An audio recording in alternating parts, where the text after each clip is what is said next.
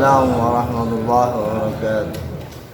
الحمد لله حمدا كثيرا طيبا مباركا فيه. أشهد أن لا إله إلا الله وأشهد أن محمدا عبده ورسوله. اللهم صل على سيدنا محمد وعلى آله وصحبه وسلم.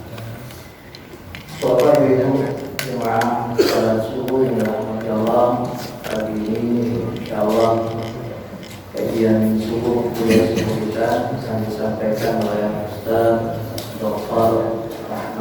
Rahmawan Nova Yanto. Alhamdulillah beliau sudah hadir. Terima kasih atas kehadiran dan bersama-sama kita senang kuliah subuh pagi ini. Beliau silakan. Bismillahirrahmanirrahim. Assalamualaikum warahmatullahi wabarakatuh.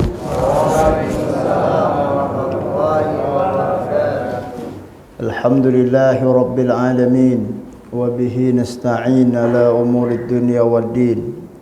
Asyhadu an la ilaha illallah wa asyhadu anna Muhammadan abduhu wa rasuluhu la nabiyya ba'dah.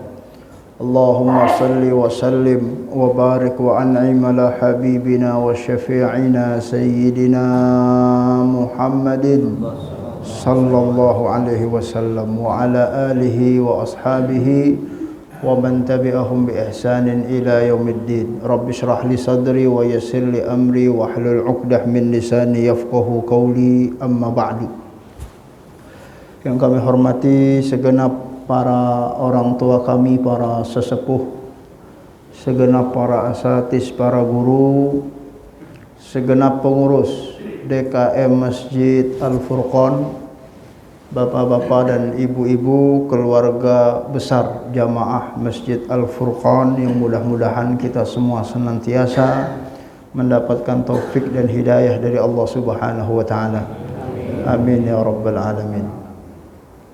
Alhamdulillah, puja dan puji kehadirat Allah Subhanahu wa taala, saya bisa bersilaturahmi perdana di Masjid Al-Furqan ini.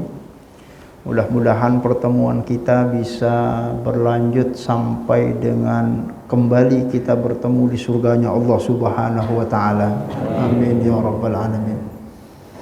Alhamdulillah, hari ini kita sudah masuk puasa di hari yang ke-21.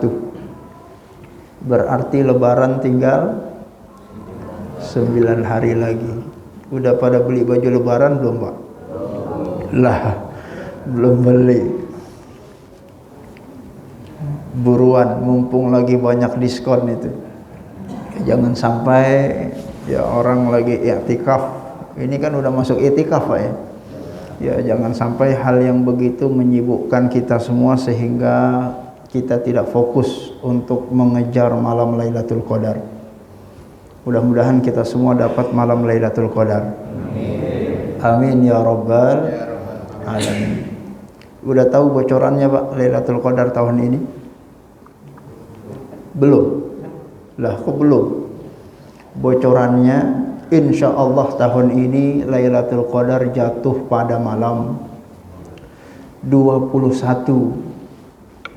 atau 23 atau 25 atau 27 atau 29. Ya elah Ustadz, itu mah tahu kita semua. Ya ibadah Allah, ada satu informasi menarik yang disampaikan oleh Imam Abu Hamid Al-Ghazali. Beliau mengkorelasikan awal Ramadan dengan jatuhnya malam Lailatul Qadar. Ya, kebetulan tadi malam jam 2 saya ada kajian tentang Lailatul Qadar di Masjid As-Sakinah Rawamangun.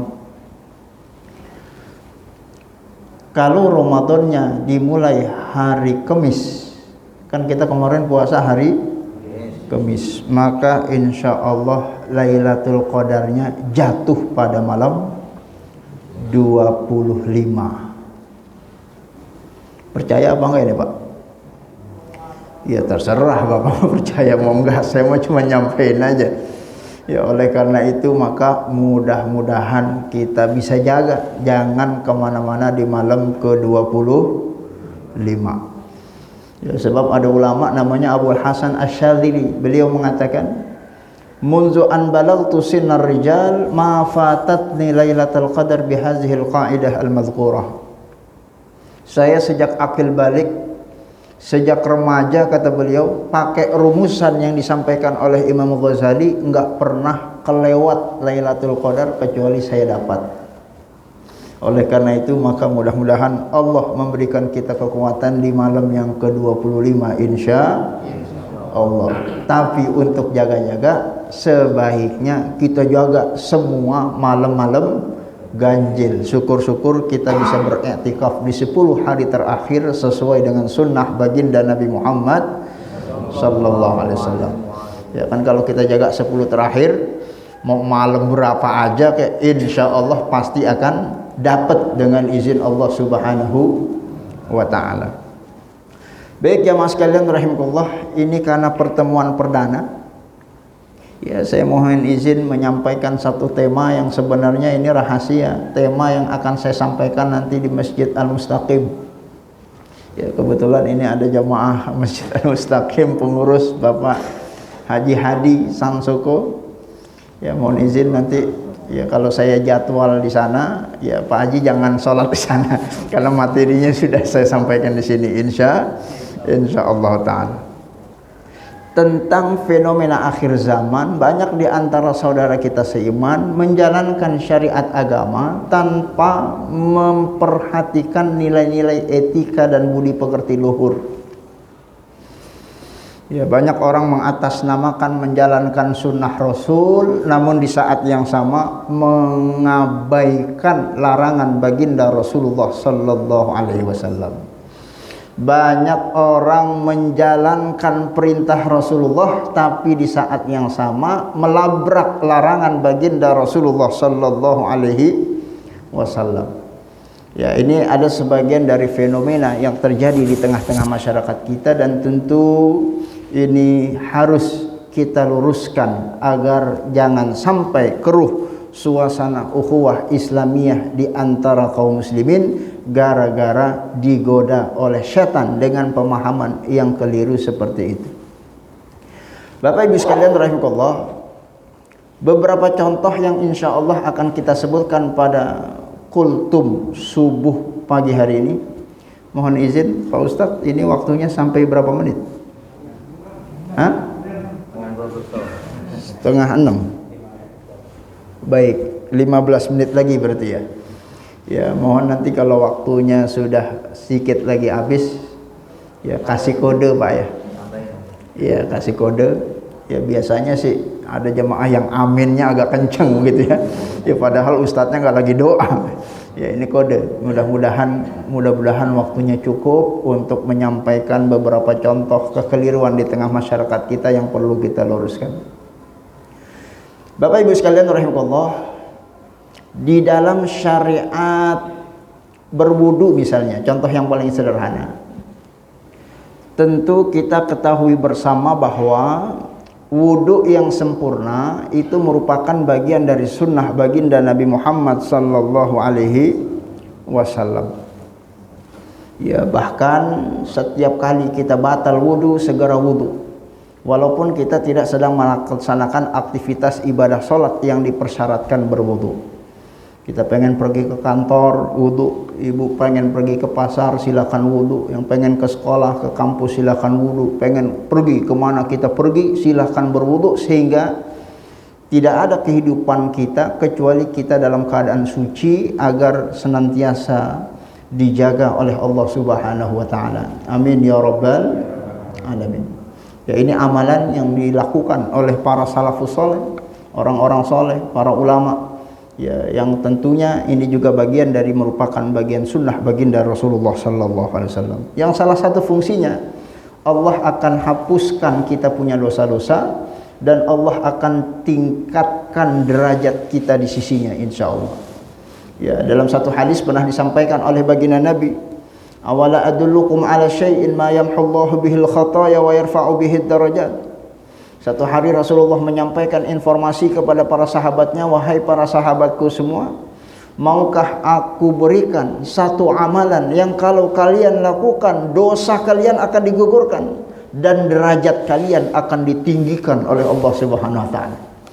Ya, sahabat saat itu rame-rame menjawab, qalu bala ya Rasulullah. Kami mau ya Rasulullah. Apa amalan itu ya Rasulullah?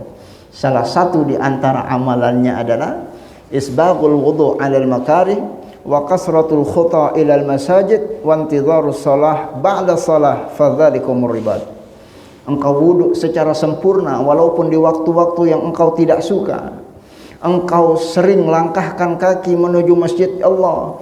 Engkau menunggu waktu qomat untuk melaksanakan salat berjamaah. Inilah 3 amalan utama yang kalau kalian lakukan, Allah hapuskan dosa-dosa kalian dan Allah akan tingkatkan derajat kalian di sisinya, insya Allah Ta'ala.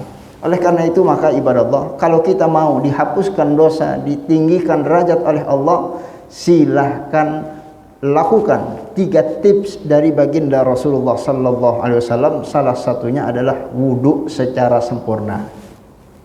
Ibadah Allah, bagaimana wudhu secara sempurna?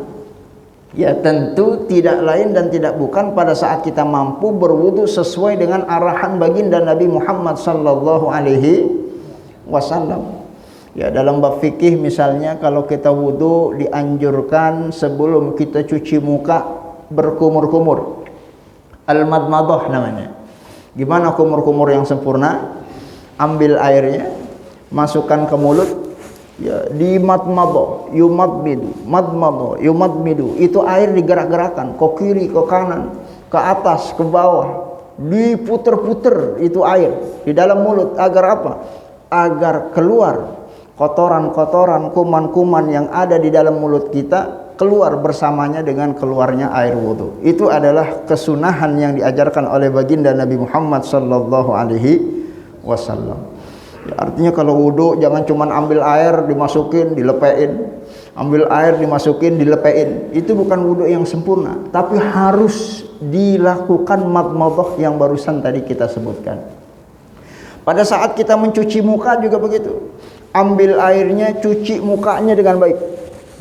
Dicuci, digosok-gosok, adalku, dan itu bagian dari kesunahan yang diajarkan oleh baginda Nabi. Ya, jangan kita wudu airnya cuma diciprat-cipratin ke muka. Itu bukan wudu yang sempurna. Dan pada saat kita wudu yang sempurna, insya Allah Allah akan tinggikan derajat di sisinya, insya Allah Ta'ala. Bapak Ibu sekalian rahimakumullah, yang ingin kita garis bawahi dari informasi contoh yang barusan kita sebutkan, pada saat kita diperintahkan wudu yang sempurna, bukan berarti lalu kemudian kita menghambur-hamburkan air secara percuma. Tetap yang namanya menggunakan air secara hemat itu adalah bagian dari kesunahan baginda Nabi Muhammad sallallahu alaihi wasallam. Al-iqtisad fi isti'malil ma', ini bagian dari yang diajarkan oleh baginda Nabi Muhammad sallallahu alaihi wasallam. Makanya pada saat kita wudu, buka kerannya itu jangan terlalu besar. Ya, buka secukupnya saja. Agar apa? Agar saat misalnya kita ambil air, kita mencuci muka, ya tidak ada air yang keluar secara percuma, dan itu adalah sebuah kemubaziran. Ya, makanya ibadah Allah ini koreksi bagi kita semua. Jangan sampai ada di antara jamaah kita misalnya wudu dia keran masjid dibukanya terlalu lebar sehingga airnya keluarnya kenceng, sehingga pada saat dia cuci muka ya hilanglah, terbuanglah air itu secara percuma, dan itu menyalahi sunnah baginda Rasulullah sallallahu alaihi wasallam. Ya, ini kagak, kadang sebagian jamaah ada yang memang kalau wudu itu kerannya diputer sampai kenceng, sampai mentok, bahkan udah mentok masih aja diputer. Ya, makanya ini rahasianya kenapa banyak keran masjid yang pada rusak. Kenapa? Udah mentok masih diputer aja. Ya, padahal itu bukan sunnah baginda Nabi Muhammad sallallahu alaihi wasallam. Ini yang ingin kita garis bawahi. Jangan sampai atas nama isbaghul wudu, lalu kemudian di saat yang sama kita menghambur-hamburkan air secara percuma.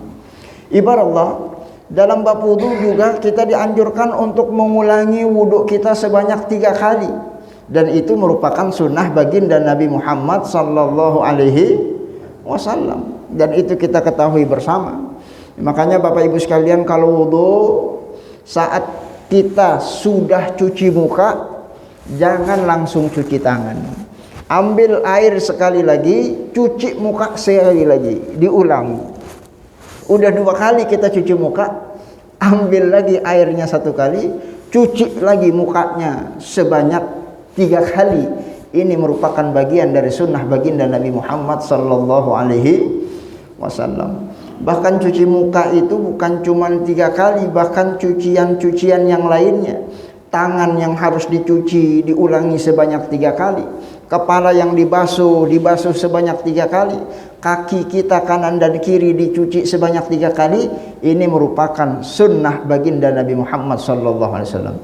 Kalau Bapak Ibu sekalian, wudu diulang sebanyak 3 kali, kata Rasulullah, hadza wudu'i wa wudu'ul anbiya'u min qabli. Ini model wudu yang aku ajarkan dan wudunya para nabi sebelumku, kata baginda Nabi Muhammad sallallahu alaihi wasallam. Sehingga informasi fikih yang hendak kita sampaikan dan ingin kita tegaskan, wudu diulang 3 kali ini merupakan sunnah baginda Nabi Muhammad sallallahu alaihi wasallam. Silahkan lakukan, insya Allah akan ada pahala tambahan pada saat kita mengikuti sunnah baginda Nabi Muhammad sallallahu alaihi wasallam. Tapi ingat, yang perlu kita garis bawahi, menjalankan itu harus melihat situasi dan kondisi. Jangan sampai udah tahu masjid kita kerannya lagi diperbaiki, lagi renovasi, sehingga yang berfungsi mungkin hanya terbatas beberapa keran saja, sementara jamaahnya ada belasan, ada puluhan yang sedang mengantri di tempat wudhu. Sementara pelaksanaan ibadah sholatnya, sholat maghrib yang waktunya sangat terbatas. Maka pada saat itu terjadi, jangan sekali-kali kita wudhu diulang 3 kali, sehingga membutuhkan waktu yang lama, sehingga antrian semakin panjang. Banyak saudara kita sholat jamaahnya menjadi terlambat gara-gara kita egois menjalankan sunnah baginda Nabi Muhammad sallallahu alaihi wasallam. Silahkan, kalau kita mau wudhu di rumah masing-masing, silahkan 3 kali. Kalau kita pengen wudhu di keran yang tidak ada antrian, silahkan kita menjalankan sunnah Rasulullah. Tapi pada saat situasi dan kondisi tidak memungkinkan, jangan sampai kita egois atas nama menjalankan sunnah baginda Nabi, kita mengabaikan kepentingan saudara kita seiman yang ingin melaksanakan sholat berjamaah tepat waktu, tidak terlambat. Dan tentu ini bagian dari yang dianjurkan oleh baginda Nabi Muhammad sallallahu alaihi wasallam. Ibarat Allah, contoh-contoh yang seperti itu di dalam bab fikih itu teramat sangat banyak untuk kita sebutkan pada pertemuan yang sangat singkat terbatas pada pagi hari ini. Dalam bab sholat saja misalnya sama. Tentu kita ketahui bersama, ya, pada saat kita sholat berjamaah, pahala yang paling besar adalah sholat berada di barisan yang paling pertama. Ya, ini beruntung para orang tua kita, para sesepuh kita, para pengurus kita yang hari ini sholatnya di barisan yang paling depan. Sebab pahalanya lebih besar. Allah, malaikatnya berselawat kepada mereka yang sholatnya di barisan yang pertama. Innallaha wa malaikatahu la yusalluna ala saffil awal. Begitu kata baginda Nabi Muhammad sallallahu alaihi wasallam. Ibarat Allah, bahkan dalam hadis masih ingat tentang keistimewaan orang-orang yang salat di barisan yang pertama. Sampai-sampai kata Rasulullah, kalau di antara mereka kaum muslimin salat di barisan yang pertama, faka'annama qarraba badanah, seperti dia menyembelih seekor unta. Ya, yang berdiri di barisan yang selanjutnya seperti menyembelih seekor sapi. Yang barisan setelahnya seperti menyembelih seekor kambing. Yang baris setelahnya bukan seperti ayam, seperti menyembelih seekor ayam. Yang baris setelahnya seperti bayda, telur. Yang baris setelahnya terus semakin belakang semakin kecil pahalanya, semakin depan semakin besar pahalanya. Dan tentu itu barisan yang berbeda dengan barisan wanita. Kalau kata baginda Nabi Muhammad SAW dalam sabdanya, ibu-ibu berbeda. Kalau ibu-ibu khairu sufufin nisa akhiruha wa syarruha awwaluha. Kalau ibu-ibu yang paling bagus barisan yang paling belakang, lalu kemudian di depannya, baru kemudian di depannya. Makanya ibadah Allah dalam teknis pelaksanaan salat berjamaah, tata cara baris berbaris di dalam fikih diatur. Kalau bapak-bapak laki-laki jangan bikin barisan yang kedua kecuali barisan pertamanya sudah penuh. Begitu juga selanjutnya, kalau barisan dua belum penuh jangan bikin barisan yang ketiga. Nanti kalau dua udah penuh silahkan bikin barisan yang ketiga. Begitu seterusnya dan begitu seterusnya. Dan ibu-ibu sebaliknya, mulai dari belakang, kalau belakang sudah penuh isi barisan yang depan, kalau depannya sudah penuh isi di depannya yang lagi, kemudian seterusnya dan seterusnya dan seterusnya. Bapak Ibu sekalian rahimakumullah, yang ingin kita tegaskan informasi fikihnya, salat di barisan yang pertama secara umum itu pahalanya lebih besar, diperintahkan oleh baginda Nabi Muhammad sallallahu alaihi wasallam.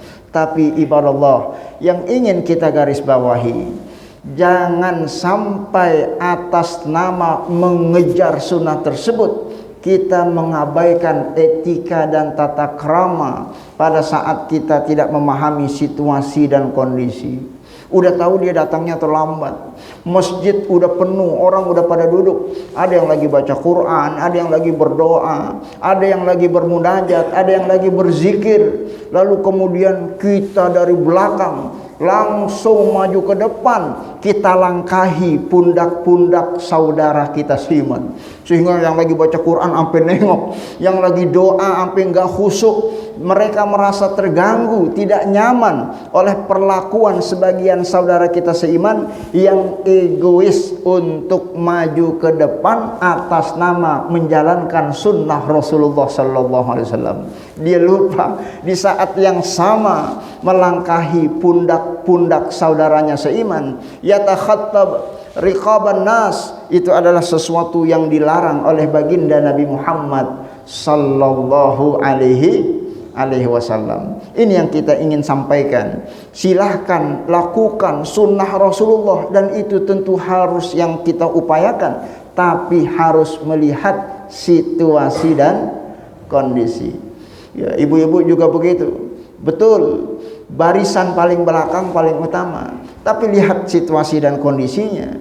Masjid kita pintunya ada di belakang. Jangan kita duduk di belakang pintu sehingga orang kealingan untuk lalu lalang menuju masuk keluar masjid gara-gara kita duduk di tempat keluar masuknya orang. Oleh karena itu maka ini yang harus ditekankan oleh kita semua, jangan sampai kita melakukan ibadah tapi di saat yang sama mengganggu kenyamanan dan ketertiban, dan ini adalah sesuatu yang tidak elok dan tidak boleh terjadi di masjid, di rumahnya Allah Subhanahu wa ta'ala.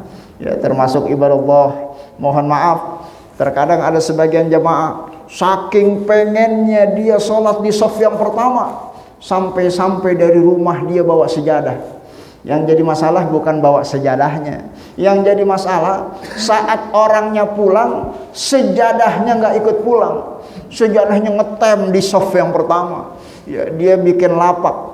Ya, dia kira saf pertama ini kos-kosan kali, kapling-kaplingan, sehingga orang lain yang pengen baris di depan nggak bisa karena ada sejadah orang. Maka ini adalah sesuatu yang egois dalam beragama. Dia lupa kalau saudaranya seiman juga punya hak untuk sholat di barisan yang pertama. Oleh karena itu maka sikap egois dalam beragama ini harus kita tepiskan, harus kita hilangkan, sebab kita memahami bahwa kita berharap masuk surga itu tidak sendiri, tapi bisa bersama dengan saudara kita seiman. Amin ya rabbal alamin. Jamaah sekalian rahimakumullah, begitu juga dalam contoh-contoh lainnya. Pada saat misalnya kita melaksanakan ibadah salat, sangat dianjurkan misalnya pada saat kita salat untuk waktunya masih ada nggak ini Pak? Masih ya, Masya Allah. Ya Bapak Ibu sekalian rahimakumullah, di antara kesunahan Nabi di dalam salat. Ya, ini sedikit informasi tentang fikih sholat Bapak Ibu ya. Ya, ini hanya sekedar mengingatkan, bukan dalam rangka mengajarkan. Ya, sunnah hukumnya seluruh tubuh kita itu menghadap ke arah kiblat. Ya, kalau menghadap kiblat ini persyaratan. Kalau orang sholat nggak ngadep kiblat, sholatnya tidak sah. Tapi mengharapkan seluruh tubuh ke arah kiblat ini bagian sunnah Nabi. Saat kita sujud, seluruh jemari menghadap ke arah kiblat. Ya, jangan sampai ada yang sholatnya mengsong begini, ya, atau mengsong begini. Ya, ini boleh tapi tidak sunnah. Yang mau sunnah silahkan arahkan ke arah kiblat. Ya, bahkan seluruh jarinya, termasuk jempolnya, jangan begini. Jempolnya diarahkan ke arah kiblat, tangannya dirapatkan, kemudian ditempelkan. Yang menempel hanya telapak tangannya saja, tidak beserta dengan lengannya. Jadi kalau lengan jangan ditempelin, karena ada larangannya dari baginda Nabi Muhammad sallallahu alaihi wasallam. Ibadallah, dalam hadis disebutkan, kana Rasulullah sallallahu alaihi wasallam idza shalla farraja yadayhi hatta yabduwa bayadu ibtayhi sallallahu alaihi wasallam. Adalah baginda Nabi, kata para sahabat, beliau itu kalau sujud, beliau bentangkan, beliau punya tangan, saking lebarnya tangan beliau bentangkan, sampai-sampai terlihat putih bersih ketiak baginda Nabi Muhammad sallallahu alaihi wasallam. Ya, berarti kalau kelihatan keteknya lagi sholat, dikempetin apa dilebarin? Ya, dilebarin. Ya, tentu pikiran kita bukan berarti sholatnya Nabi nggak pakai baju, bukan. Ya, mungkin ini dalam situasi kondisi di mana Rasulullah sholat masih menggunakan pakaian ihram, sehingga terlihatlah ketiak beliau sallallahu alaihi wasallam pada saat beliau sujud. Ya, dan informasi fikihnya, melebarkan tangan saat sujud ini adalah sunnah baginda Nabi Muhammad sallallahu alaihi wasallam. Tapi ingat, yang ingin kita garis bawahi, menjalankan sunnah Nabi ini harus sesuai dengan situasi dan kondisi. Jangan kita sholat berjamaah, tempatnya sempit, rapat-rapat, karena rapat lurusnya barisan bagian dari kesempurnaan sholat. Pas giliran sujud, kita sujud selebar-lebarnya, sampai teman sebelahnya bingung, lah ini lapak gue diambil dia, gue sujudnya bagaimana? Akhirnya dipaksain juga sujud. Namanya sujud juga rukun dari rukun-rukun sholat, nggak sah kalau orang sholat nggak pakai sujud. Ya, akhirnya ya sujudnya terpaksa, lehernya nyangkut sama tangan teman yang ada di sebelahnya, yang tangannya itu terlalu lebar saat sujudnya. Ibadallah, ini namanya saudara kita seiman yang egois, menjalankan sunnah Rasul, tapi dia lupa zolim terhadap saudaranya seiman. Dia lupa kalau Nabi mah sholatnya selalu jadi imam. Kalau Nabi sholat jadi imam di depan, kalau di sholat di depan, kanan kirinya nggak ada orang. Selebar-lebarnya tangan Nabi sujud, tidak ada saudara seiman yang tersakiti. Sementara kita sholatnya jadi makmum, sholat di belakang, kanan kiri kita ada orang. Kalau kita sujudnya tangannya terlalu lebar, saudara kita yang mau sujud di mana dia? Ini namanya egois di dalam beragama. Ibarat Allah, kalau sholat sunnah qobliyah ba'diyah, kita sholat sendirian gak ada orang, kita sholat di rumah, silakan lakukan sunnah Rasulullah selebar-lebarnya tangan kita lebarkan, insya Allah ada pahalanya. Tapi kalau sholat berjamaah, di sana ada saudara kita seiman, ada hak dan kewajiban yang harus kita jaga. Ini yang ingin kita luruskan. Jangan sampai atas nama menjalankan sunnah Nabi, tapi kita tidak memperhatikan etika, budi pekerti, akhlak yang luhur yang diajarkan oleh baginda Nabi Muhammad sallallahu alaihi wasallam. Ibadah Allah, di dalam sholat juga kita diajarkan salah satu sunnah dari sunnah-sunnah sholat, memperpanjang sujud. Betul Pak ya? Italatus sujud fi sholat sunnah min sunanin Nabi. Ya Bapak Ibu sekalian, kalau pengen sesuai dengan sunnah, kalau sujud diperpanjang. Sebab posisi sujud adalah posisi yang paling dekat hamba kepada Tuhannya. Makanya di dalam kitab-kitab bab tentang doa, itu waktu-waktu yang mustajab kita berdoa kepada Allah. Salah satunya adalah di mana kita sedang dalam posisi sujud. Ya makanya Bapak Ibu sekalian, kalau ada yang punya hajat, ada yang punya keinginan, ada yang punya harapan, ada yang punya cita-cita yang belum kesampaian, belum dikabulkan sama Allah sampai hari ini, silahkan coba minta kepada Allah saat kita sujud. Insya Allah cepat akan dikabulkan oleh Allah Subhanahu wa ta'ala. Amin ya rabbal alamin. Ibarat Allah, informasi yang ingin kita sampaikan, sunnah sholat diperpanjang sujudnya. Tapi lagi-lagi ini harus melihat situasi dan kondisi. Jangan sholat jadi imam, sujudnya kepanjangan 15 menit nggak bangun-bangun. Itu nenek-nenek di belakang jomplang, yang lagi pilek meler itu. Kenapa? Sujudnya kelamaan. Dia lupa kalau makmumnya itu nggak sama kekuatannya sama dia. Dia lupa. Fa inna fihi mudhaif, ada di antara kita yang mungkin usianya sudah renta. Fa inna fihi musaqim, ada di antara kita yang mungkin lagi kurang sehat, nggak bisa sujud lama-lama.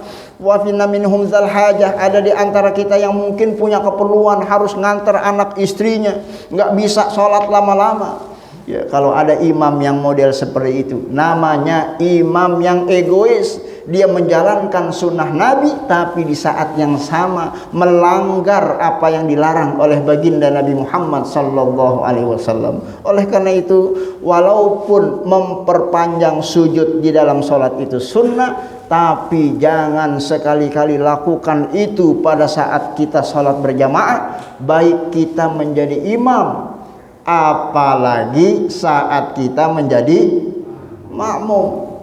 Ini kagak. Kadang ada makmum, imamnya udah kasih komando bangun dari sujud, Allahu Akbar, imamnya tahiyat, makmumnya masih sujud aja. Ada banyak. Imamnya udah mau salam, masih sujud aja makmum. Imamnya udah selesai sholat, salam, masih sujud aja dia. Jangan-jangan ketiduran ini makmum. Ibarat Allah, itu tidak sesuai dengan sunnah baginda Nabi. Kalau kita sholat berjamaah status sebagai makmum, makmum harus patuh kepada imam. Rasulullah yang tegaskan itu, innama ju'ilal imamu liyu'tamma bih. Imam itu dijadikan untuk diikuti. Idza kabbara fakabbir, kalau imam sudah takbir segera takbir. Fa idza raka'a farka'u, imam sudah ruku semuanya segera ruku. Jangan masih ada yang baca suratul Fatihah. Kalau imam sudah bangun dari ruku, semuanya bangun dari ruku. Kalau imamnya sujud, fasjudu, semuanya sujud. Fa idza rafa'a fajlisu, kalau imam sudah bangun dari sujud, semuanya harus bangun dari sujud. Itu namanya makmum yang patuh terhadap imam. Jangan imamnya udah bangun masih sujud aja. Ibadah Allah ini salah kaprah di dalam memahami fikih. Kalau dia sholat sendirian silakan, mau sujud sampai subuh nggak bangun-bangun nggak ada urusan, itu terserah. Tapi kalau kita sholat berjamaah, ada etika yang harus dijaga, ada tata krama. Jangan sampai kita memunculkan perbedaan-perbedaan yang mencolok di tengah-tengah komunitas kaum muslimin, sehingga hati kita terjaga, sehingga kita bisa berukhuwah Islamiyah dengan baik, agar kita nanti bisa kembali bersama-sama berkumpul di surganya Allah Subhanahu wa taala. Amin ya rabbal alamin. Ini aminnya udah kenceng romannya. Ya, ibadah Allah, termasuk masalah khilafiyah, furu'iyah, ijtihadiyah. Ya, hari ini imam kita pakai kunut, alhamdulillah, berarti mazhabnya mazhab Imam Syafi'i. Ya, masalah kunut, masalah khilafiyah, yang mau pakai kunut silahkan, sunnah dalam mazhab Imam Syafi'i. Yang nggak pakai kunut juga diperbolehkan menurut mazhab Imam Hambali. Jangan dipertentangkan, diperuncingkan, apalagi sampai kita bid'ah-bid'ahkan. Nauzubillah. Sebab nanti yang masuk surga yang subuhnya pakai kunut apa nggak pakai kunut? Yang nanti masuk surga yang subuhnya pakai kunut apa yang nggak pakai kunut? Ya, kalau semuanya sama-sama masuk surga, buat apa hal itu kita peruncingkan? Dalam bab-bab fikih silakan buka kitab fikih mana saja. Tidak ada satupun ulama mazhab yang menyatakan kunut merupakan rukun dari rukun-rukun salat. Artinya orang mau pakai kunut ke tidak pakai kunut, salatnya tetap sah. Kalau salatnya tetap sah, kalau ikhlas dia lakukan karena Allah, insya Allah diterima dan bernilai pahala di sisinya. Amin ya rabbal alamin. Karena masalah ini adalah masalah khilafiyah, furu'iyah, ijtihadiyah. Diberikan kebebasan bagi kita mau memilih pendapat mana saja selama ada dalil-dalil yang disampaikan oleh para ulama ahlus sunnah wal jamaah. Tapi yang perlu digarisbawahi, kalau status kita sholat jadi makmum di belakang imam, maka tugas makmum harus ngikut kepada imam. Ya, Syekhul Islam Ibnu Taimiyah, ya, ulama besar mazhab Hambali, yang ngarang kitab Majmu'ul Fatawa, puluhan jilid yang bukunya dijadikan referensi oleh para ulama yang ada di kota suci Mekah dan Madinah. Beliau kalau subuh nggak pakai kunut, karena mazhab Hambali subuh tidak pakai kunut, yang pakai kunut mazhabnya Syafi'i. Tapi dalam kitab Majmu'ul Fatawa, saat beliau ditanya apa hukumnya makmum yang sholat di belakang imam sementara imamnya kunut, maka makmum harus mengaminkan kunutnya imam. Padahal beliau subuh nggak pakai kunut. Tapi kalau makmum sholat di belakang imam yang pakai kunut, makmum harus mengaminkan kunutnya imam. Kenapa? Sebab si imam kunut bakal siapa? Imam kunut bukan bakal dirinya saja, tapi bakal makmum yang ada di belakangnya. Jangan sampai ada makmum yang diaminkan itu oleh imamnya, Allahumma hdina fi man hadait. Imam makmumnya diem aja. Wa afina fi man afait. Masih diem aja. Malah dalam hati ini bid'ah ini imam di subuh pakai kunut. Ibadah Allah, ini adalah tidak sesuai dengan etika, padahal status dia sebagai makmum. Begitu juga sebaliknya. Kalau imamnya tidak pakai kunut, maka makmum jangan sok-sok sapi'i sendirian. Imamnya nggak pakai kunut, langsung sujud, Allahu Akbar, Allahumma hdina fi man hadait wa afina fi man afait. Ya, imamnya udah Allahu Akbar, adina fi man afait. Itu tidak sesuai dengan apa yang disampaikan oleh para ulama kita terkait dengan teknis pelaksanaan salat berjamaah. Ya Allah, ya mohon maaf, sepertinya waktunya lewat 15 menit. Masya Allah, kelamaan ini lewatnya. Mudah-mudahan waktu yang lewat 15 menit menjadi tambahan amal ibadah kita di sisi Allah Subhanahu wa taala. Amin ya rabbal alamin. Sebenarnya masih banyak contoh-contoh fikih yang ingin saya sampaikan. Mudah-mudahan ya beberapa contoh yang sudah kita sebutkan bisa memberikan kita pemahaman yang cukup bahwa pentingnya kita beribadah berdasarkan ilmu pengetahuan sesuai dengan anjuran baginda Nabi yang dijelaskan oleh para ulama di dalam kitab-kitab fikih, agar kita tidak egois di dalam beragama sehingga menafikan nilai-nilai moral dan etika, sebab Rasulullah diutus untuk memperbaiki itu semua. Innama bu'istu liutammima makarimal akhlak. Mudah-mudahan bermanfaat. Hadanallahu wa iyyakum ajma'in billahi taufiq wal hidayah. Wallahul muwaffiq ila aqwamit thoriq. Wassalamualaikum warahmatullahi wabarakatuh.